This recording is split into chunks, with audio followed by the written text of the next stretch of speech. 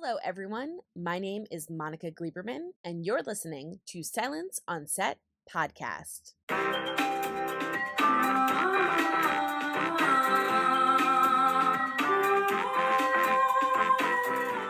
I have the fortune or sometimes the unfortune of seeing these episodes early. And I watched episode 1 and 2, and I was hysterical. Like, I was like, of all the people, no, because like I love Kenny. I love Kenny's mom. And I was going, no, don't do this. And like they're not together. And like it was ugly cry, right? So this hits the internet, like when everyone finally got to see it. And people were saying, but they compared this to, I don't think I've seen a death so upsetting since like Lost. Yeah.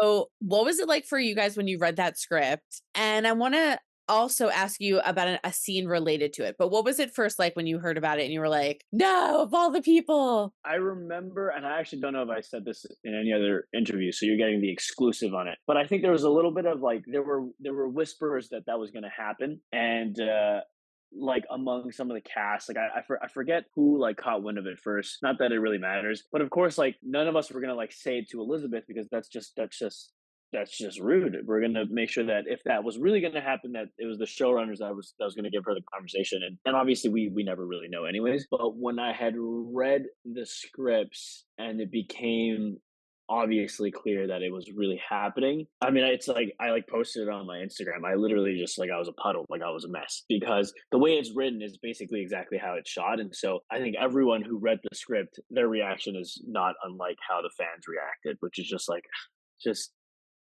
like heartbreaking stuff. I was just an absolute puddle, like a mess. Yeah, it was really very sad. And then also, like, not to like add insult to injury, but I don't know what was sadder, the fact that Boyd had to sit and watch it and, and this poor woman, like, and all the strength that she had. I don't know if that was more of a gut to my heart, but then I get stabbed again for watching it because then the stuff that she's saying, and it was so beautiful. So I want to ask you about that as a side character, just watching from the outside, where she's saying something that we don't understand. It's in a different language, and Boyd's repeating it over and over again. So as an actor, like as Ricky, like watching that, or like maybe even like as Kenny, like if Kenny knew that like Boyd was repeating it so hard so that he wouldn't forget to be able to pass that message along. What did that mean to you? I mean, there's a couple of things. So most of the times when it comes to like the Cantonese, like on From, we kind of have a bit of a system now, and I mean, the system doesn't matter anymore because he has no one to speak Cantonese with anymore. But normally, John just writes the script, or whoever the writers are for the episodes write the script, and if it's Cantonese, they'll have it in parentheses that it's in Cantonese, and then me and Elizabeth essentially kind of figure out what would be a good translation for it in Cantonese. And so when we had figured out that those were going to be her last words, we kind of had a conversation of like, okay, what kind of encompasses this idea that John had written down, which was, take good care of him. He'll be all alone now, or he's on his own now. And so it was that. The tricky thing is we had essentially made those her last words together as a team, and then for me to figure out a way to like hear it for the first time when Boyd says it to me was like it lands in a very different way. Like it's very it's weird because I obviously we came up with the words together. She does the scene with Harold, and then Harold is the one that's kind of transporting those words to me, and it's just it's like a very weird trip. I wanted to bring up like my last kind of thing related to this is that scene diner. I mean, you broke me again. I was going, what is going on, you guys? Because like normally I'm used to like things coming out and you guys are all a team and everyone's trying to work everything out. And then in the first like 2 episodes, I feel like I like lost a family member. And then I feel like my other family member, Kenny, is like so sad and like is in the diner, but he gets some solace from hearing those words. And so first of all, kudos to you because you were fantastic in that scene and having to process and still continue, right? Because that doesn't go away. So continue the grief as the episodes go on. But how has Kenny hearing those words been able to continue to be such a good person and continue to help out everybody while he's struggling? There was a challenge in the beginning when I realized that this was what was happening, that he was going to be dealing with grief all over again, having still not really fully processed like the the death of his dad. I think that the challenge was to balance like making sure that it was very honest and truthful, that the vulnerability was like, yeah, like authentic, like it wasn't forced, while balancing basically, well, how is this situation different from when his dad died? And I think that there's a little bit of like he's kind of he's a little bit let out of his cage. He doesn't really have anybody else to worry about it. He's lost his dad, he's lost his mom, and he's really only now surviving for himself. And I think at this point, that's of a lower priority to him. And so I think that there was a moment for Kenny after the whole Sarah situation outside of the diner that he had made a conscious choice talking to his mom about like, okay, I can never kind of like blow up or let loose like emotionally like this again in front of the people of the town, because a lot of the people of the town still look towards Kenny for help and for support. Oh. And now with Tian Shen gone, I think even more so he kind of has to like, okay, I have to be the support system for the town the way my mom was. And I think that's how he carries on, because otherwise I think he would just spiral.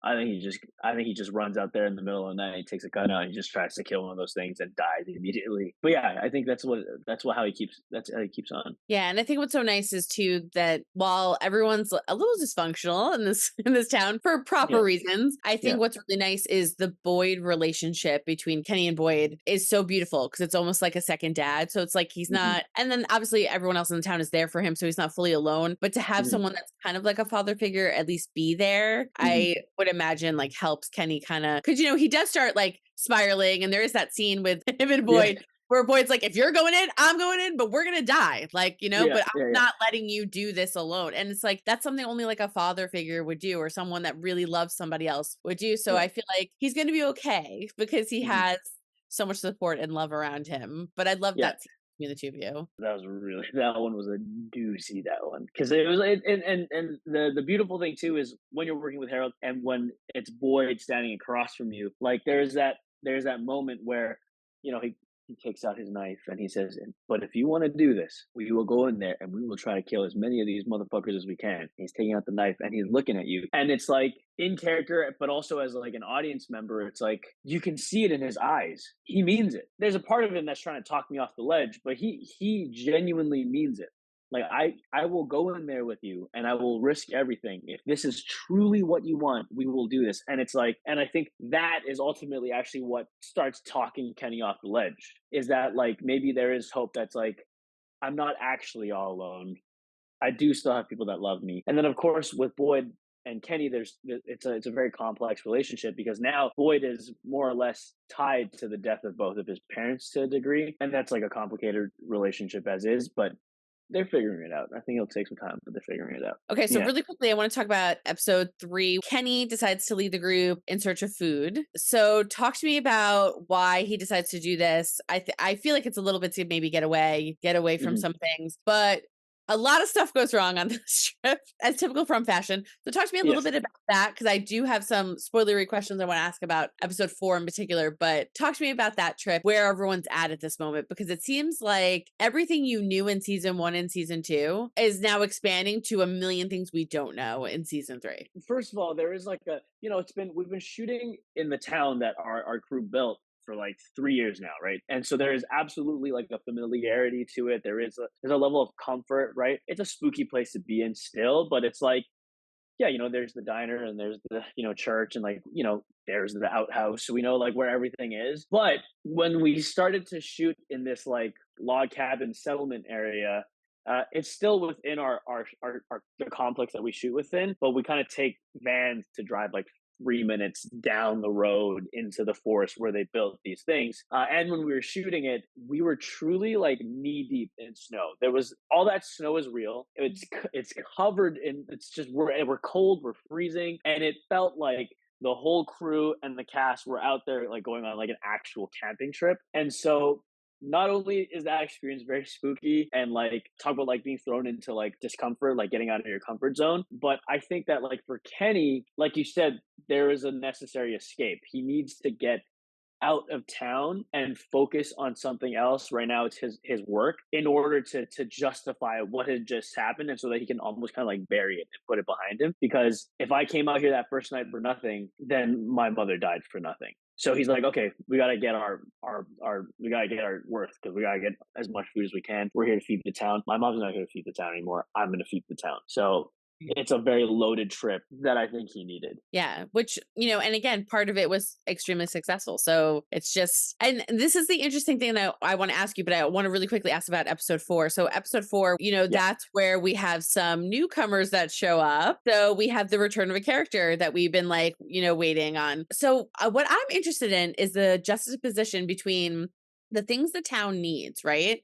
And like food Hmm. and having, maybe like a character return and medical supplies and things like that. Hmm. And Hmm. how the show does it in a way where like you get it, but not necessarily the way you want it. So Right. they food, right? And then they randomly find food by like this water area and then they're going to like, start bringing it over. And then they really could use medical supplies, right? When can you not use Hmm. medical supplies? And then that comes in the form of a total gunned down shit show, for lack of a better term, with an Hmm. ambulance that comes in with not one, but two recognizable characters, one for us, the audience, and Hmm. then one for, obviously Scott's character. So talk to me Hmm. about like what it was like filming all that, having her come back. You finally we have one character that left and was able to come back. And Hmm. then how the town kind of gives you what you need, but in its own weird, freaky way. Yeah, it's like the price to pay. I forget what the actual term is, but like in literature, it's like a lot of times it's like when you're making a deal with the devil, you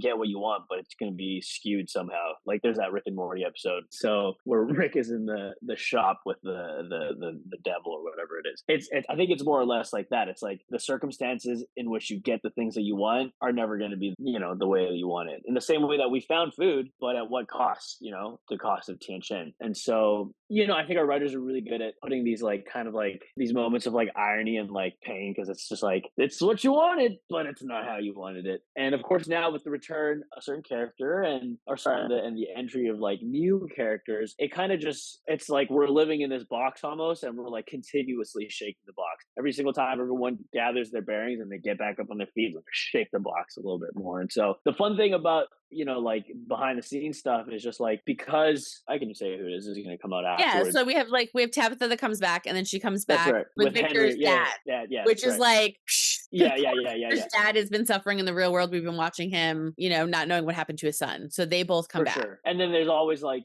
even when we're reading the script and as you're watching it as an audience member, it's like, well, like, is that really Victor's dad? You know what I mean? Like, I like, I don't know. Like, is this part of the game? Is she like? I think that like a lot of people are like, oh, is this like the next level? Like, is she? She didn't really escape. She's just in a different level. And who knows? We're not gonna know until we get to the very end. But what I can say is there's certainly like going to be a very heartfelt moment coming up between Victor and his dad. And I think regardless of their circumstances, it's kind of like it is like super touching.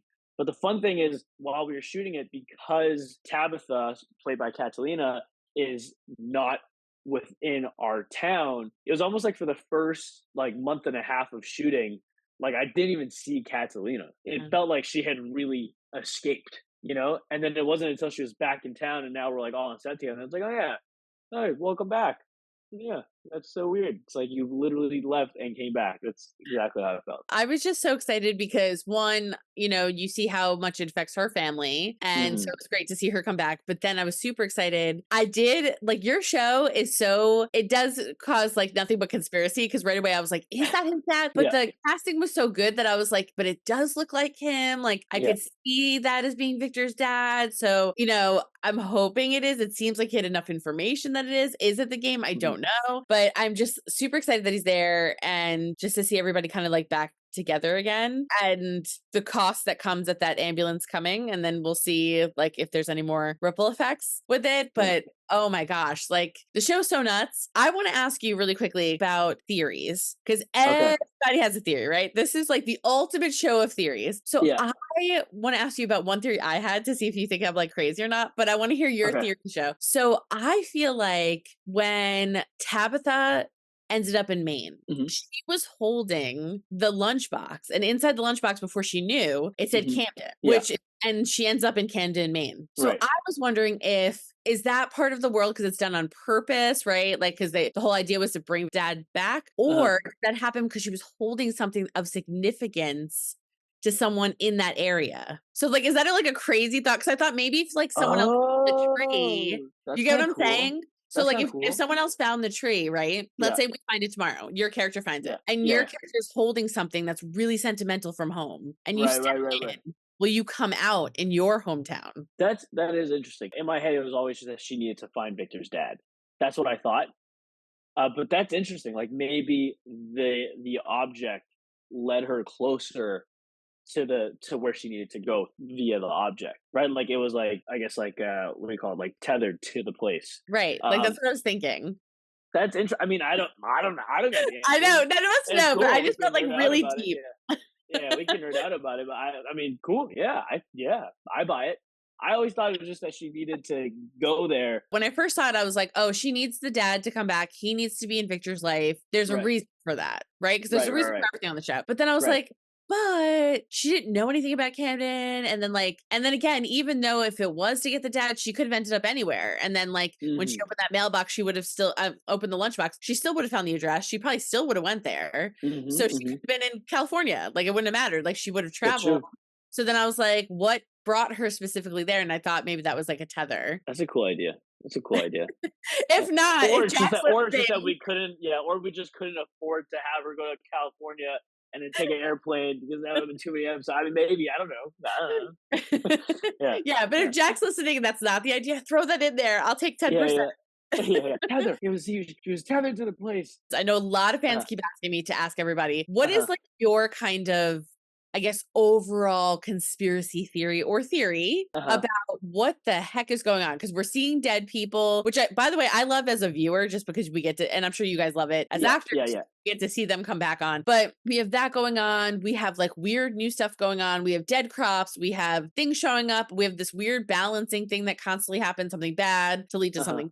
What is your conspiracy? Why are you there? Why is Kenny there? What's I'll going on with start with your town? I'll start with I saw one recently, I think on the Reddit that I actually really like that I just thought, oh, that's kind of cool. It appears to me that based on the theory that they say that children are selecting their heroes to save them. And I Mm, kind of like the idea of that because and then they break it down like everyone's kind of coming in from a perspective of like someone that could have the power to save someone basically. You know, like Kenny and his mom were driving out to find and retrieve his dad who was lost, right? So kind of like on a rescue mission. You know, Sarah was in a domestic abuse situation and her brother went and picked her up and saved her from that. And obviously Father Cautry literally went out and like beat up this kid's like abusive father before he got the call to be like, okay, we got to go. So I like that idea. I think that's kind of cool. I don't know how accurate that is, but I think it's neat. And like if yeah, everyone's there because they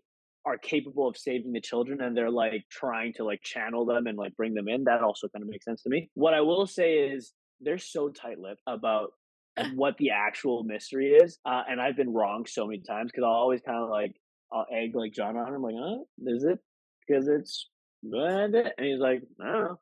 His poker face is so good. But what I will say is some things are revealed by the end of the season that starts pointing you towards a direction of like, oh, okay. I personally think that it starts to narrow down the possibilities.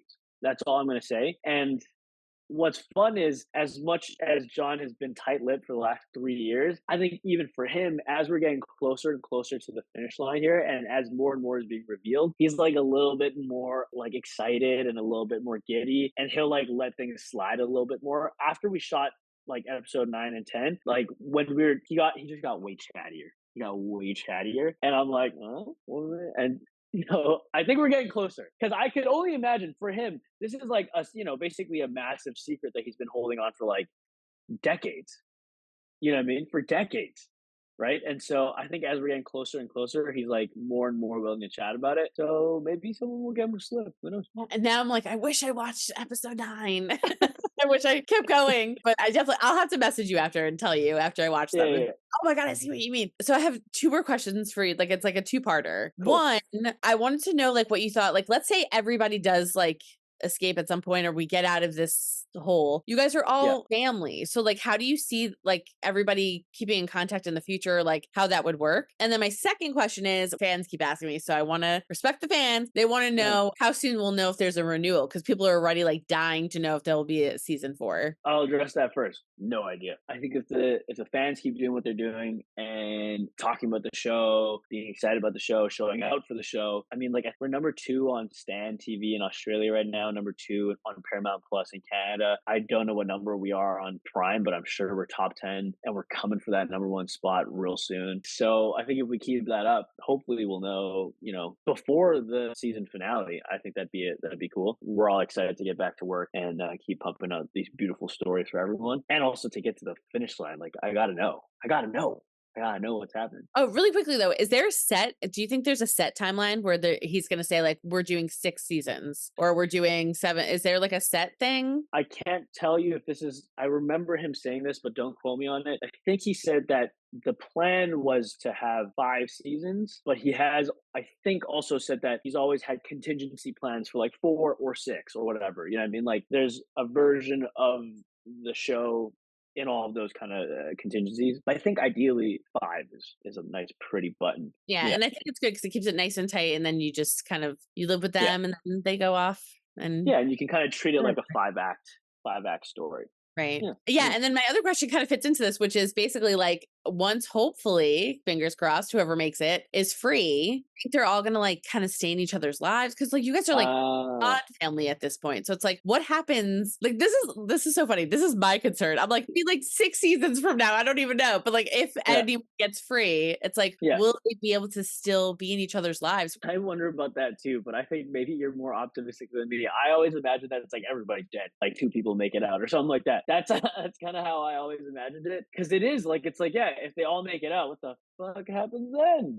What Mhm. happens then? I can't say like on Kenny's behalf, like if this is coming out after episode 4, like yeah, like he kind of says in the cabin by the fire with Christy there that all of a sudden now everything that he thought he was going to go home to is changed. I think every time he had ever had some illusory version of going home and fantasizing about going home, he was going to be there with his mom and his dad, and his mom was going to be in that beautiful blue dress, and he was going to be like just glad to be home with his little stupid globe lamp, and then maybe he'd take Christy on vacation. And now vacation, globe lamp probably in a fire somewhere, no mom, no dad.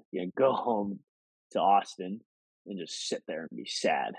Yeah, so it's like I don't know. I don't know what happens when they all go home. What happens That's with Fatima and Ellis? Like are they gonna still be in love, or is it kind of like that thing where it's like you move in together with someone, you're like I don't know how I feel about this relationship.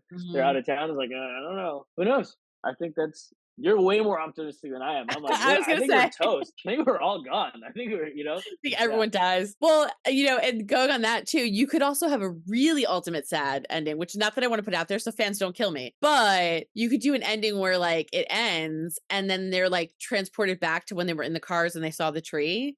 So like nobody would even know the other one existed. And then they turn around and they get to go back home, like they're not stuck. And then nobody would even know. or like everyone dies and it's just Kenny and he's just like, oh God, no one's gonna believe me. Yeah, Kenny's like, help Yeah, me. And like yeah, everyone thinks he's just crazy and then he can't yeah. find the area. Yeah, or like I just imagine like Ethan is the only one that escapes, and he's like just pulling Alma the goat, and it's just him and Alma the goat. Yeah, Or you could have Kenny and Boyd just like guns blazing like Thelma and Louise, like the last 2 left. yeah, And like yeah, we're taking out whatever we can yeah, before we go. yeah. So you Bad could have boys for that. life, and then we just run out. That would be Yeah, amazing. But yeah. no, I'm optimistic. I'm gonna say optimistic for you, for us, and Awesome. say that Whew, everyone somebody gets got to do it. out. Yeah, somebody's got to be optimistic. Yeah, I have to say everyone that gets out that's alive. Now I think like after they had killed, Kenny's mom, like I think after that happened, no one's safe. And I think that was a big shakeup for us. So it's like now you just never know. But whoever Yeah, I think is in the end, I'm gonna be the optimistic one that they get out. And then you guys yeah, all see friends forever because you're all yeah. traumatized together. And actually, by the way, no one's safe is a good mentality to have, because Mm. I have a feeling there's Oh more no. to come. What? Oh no. I don't know. But Okay. I'm assuming no one's safe means we're gonna have a significant cast member go. I can't even That's the say. answer. Yeah, I can't even say. Yeah, Oh, no, I don't no. know. Oh my I god. don't The know. second that we hang up, I'm watching the up to 9. They only give us up to 9, which I hate that because then I can't watch the last episode, Yeah, obviously. yeah, We yeah. have but And then you got to really tune in for the finale. Yeah. oh my god, I'm stressed out. Okay, so final question really quickly. Is there anything that you want to say to the fans? They love you guys so much. It was so sweet because I saw on, I think it was like, was it like, yeah, I saw on like Elizabeth's social media where people were writing to her and just saying like, this was the worst, like possible, like the worst thing that could ever happen to me. It was like so cute and emotional. She was Yeah. so sweet with her responses, but that's how invested the fans are. And then so many were writing how much they love Kenny and like, all these things. So people love you. So is there anything that you'd like to say to the fans that are just super obsessed? There's threads and threads on Twitter, which I don't know if you've ever looked at it. There's like, you've seen Reddit. There's threads on Instagram. We're all trying to figure this out. We're all like living it with you guys. So like, what does that mean to you? Like truly from the bottom of my heart, it means everything because I am so externally motivated. I just seek validation so badly. Like it feels so good to me. But like I've always, I've said this, in tons of interviews before, but it's like I've always loved shows and like movies where there's like massive fan participation. Like I watch every theory video, I watch every like Easter egg recap breakdown video, like House of the Dragon, like Marvel movies. I'm all about it, and so it's really exciting for me as someone that's working on this to also be a fan of this and like watch the theory videos because I'm like maybe because I don't have the answers. I'm like maybe this guy's got the answers, and so it's like you guys truly keep us so enthusiastic about like pumping out these episodes and just like making really really great stories and like something that I've seen a lot on social media lately which I cannot agree with more is like people are like if Harold gets snubbed for an Emmy nom again like we ride bro because this is like it is so long overdue. He is not only extremely talented and extremely hardworking, like he's just the best. I've never worked with anyone more gracious that has the hours that he has, the resume that he has, but is still so generous and like loving and caring and like truly a leader for all of us. Like that has been the coolest response. It's like seeing like, yo, we need to get a fucking Emmy for Harold. Yes. Yeah. Long overdue. So to the fans of the show, to our supporters, to the people that are watching and talking about the show, keep watching the show. And we love you. We require you. And we just want to fucking kiss you in the face. Really quickly before we go, I thought it'd be kind of fun. I'm talking to Catalina today in a little while. Okay. I wanted to know, do you have any questions for her? Do I have any questions for Catalina? My question for Catalina is, can I meet Ana de Armas? And can I be one of the ballerinas in Ballerina? And then finally, ¿Cómo estás? I have been asking cast members to ask other cast member questions. So Ricky had questions for you. No! He said, I think they're easy to answer for you, probably. He said, can I meet Ana de Armas? He wants to know if he could be one of the ballerinas in Ballerina. And then he said, ¿Cómo estás? Question, sure. Second question, no. Third question, muy bien. Perfect. He was very excited. But you're back. You're back. I laugh or cry. I don't know. It's good and bad, right? I want to ask you, how did it feel when you found out that your character was kind of like the chosen one for these kids and the chosen one to leave and then bring back a beautiful missing piece of the puzzle, Victor's dad? It was surprising. I mean, like when we read these episodes, we don't know much in advance what's going to happen in the season. So for me to know that I will be going out and I will be coming back with Victor's dad, it was shocking. It was surprising. It was I couldn't believe it. I'm like, why? They're like, well, just wait. We're gonna develop the season, and you're gonna know. So they have a reason for everything. It's not gratuitous. Like everything has a reason, and I love that. I love that. I love that. It's Tabitha that leaves, and not Jim or anyone else. It's just her. So the meeting her and Henry has to have an answer, and you'll know why. Yeah, and I loved it too because she's so tough, and that Victor helped her. So it was so great that Henry was kind of almost like a gift she could bring back. So I just thought it was really beautiful, kind of like storyline there, especially seeing her lost and then the phone call with the mom. I started crying when I was watching you because everyone thinks, oh, who would you call? And the one call is like to your mom. Exactly. I mean, like, who would you call when you're happy? Who would you call when you're sad? Who would you call when you are lost? like mommy, like of course you go back to the woman, like it's comforting. Mom is comforting, is your mother. On like an acting perspective, was it hard for you? Because everybody told me that I've spoken to so far, they missed you because for a month you were filming somewhere else and they were filming kind of all together, and that they missed that you were gone. So was it weird for you, or like what was your process like? Miss anyone. And no, I was glad to be rid of them. oh, I'm gone. No, don't miss me. I'm happy. No, it was great. I mean, like, I think they're lying to you that they miss me because we see each other like on the street all the time. The fact that I was not in from town was not many episodes that I was out. It was nice. It was a nice change to go to the real world and not stay in those houses. And then to me, the character of Victor's dad, I think, is just the cherry on top because you see both men with huge holes inside of them of loss. And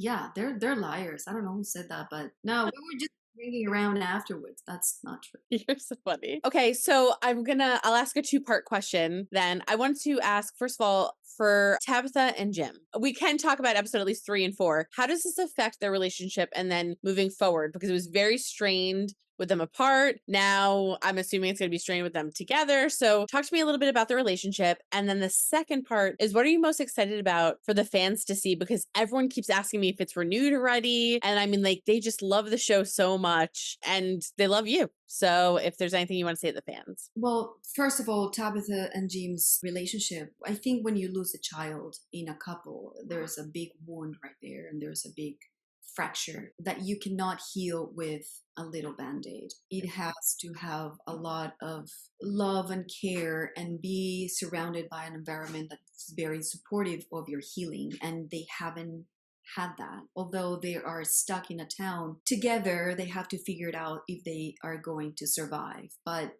they haven't had the support for them to heal that relationship. And you'll see what the fracture can do in their relationship this season. And about renewing or not, I am the wrong person to ask. I don't know. As I just said, I wish I would know because I'll be the happiest human ever, but I don't know. They usually tell us, by the end of the season, they usually tell us if they like it or not.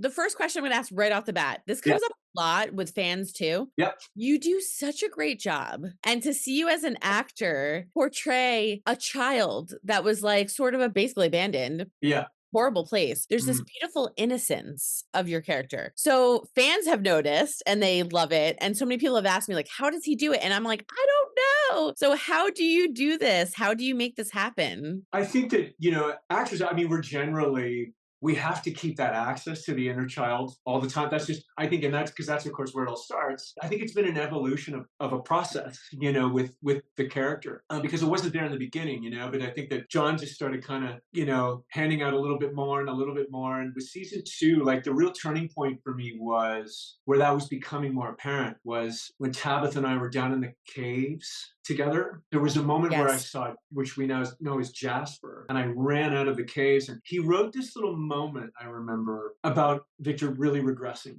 to a child in that thing. So that's always kind of, and I think that's always been, again, at the core of this character, because again, like you said, we know that he was left alone there as a child. So my own homework that I've done and that I do while I'm working is I always have, that's the, like I said, the raisin in the kvass, that's the seed. That's the thing I've built him from, and how I see him is still as that kind of, 9 or 10-year-old boy. I want to just say the song that you did before the case for Asura, before the show came back, was beautiful. I love it. You have to put out way more music. If anyone's listening and hasn't seen it, check out his Instagram, Scott's Instagram. It's on there. It's amazing. That was so nice. I wanted to say that I will tell you I was actually auditioning for another role on something, play the guitar for that audition. And that style in which I'm playing, right, was me just practicing.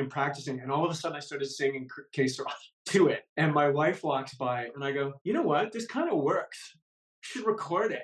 And she goes, you have to record it. So she's the one, she's shooting it. She was the one that was shooting it.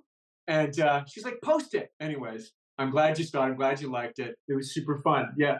So basically, this most recent episode, because I've seen a little head and I don't want to give anything away. So in the most recent episode, Victor has finally come face to face with his dad. So in my 2-part question, Yeah. First part of this is, how is it for you as an actor to bring that to life and how that reunion was going to be? And then the second part is, of course, we're getting more answers to questions. We're getting more questions.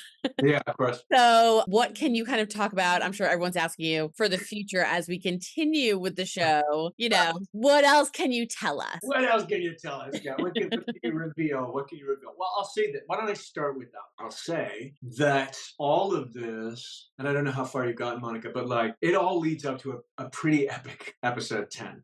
So hang in there. And also, there's all kinds of reveals being made along the way that are, and I actually think, and I've been talking about today too, the developments within the character dynamic too, right? Like there's stuff Oh, yeah. there as well. They're really beautiful in the cast. I'm so excited. I love watching the show because I don't get to see people shooting those scenes. I know them. I know the scenes from having read them, but everybody's doing such wonderful, beautiful work this season. Anyway, so you wanted to know about doing that scene with Henry. Yeah, and then what it is for you. Like, I mean, it was so beautiful, and then what that becomes. Yeah, it was.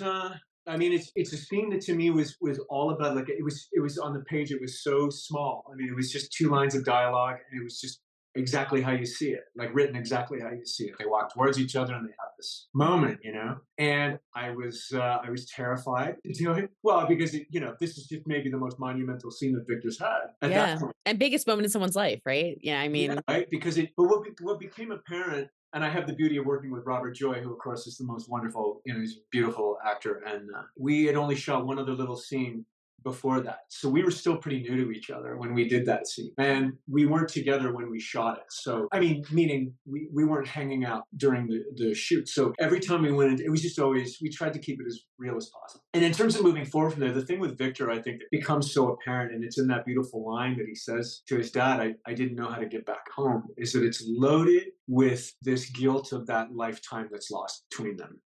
I think it's loaded with how I failed my dad and my mom and my sister.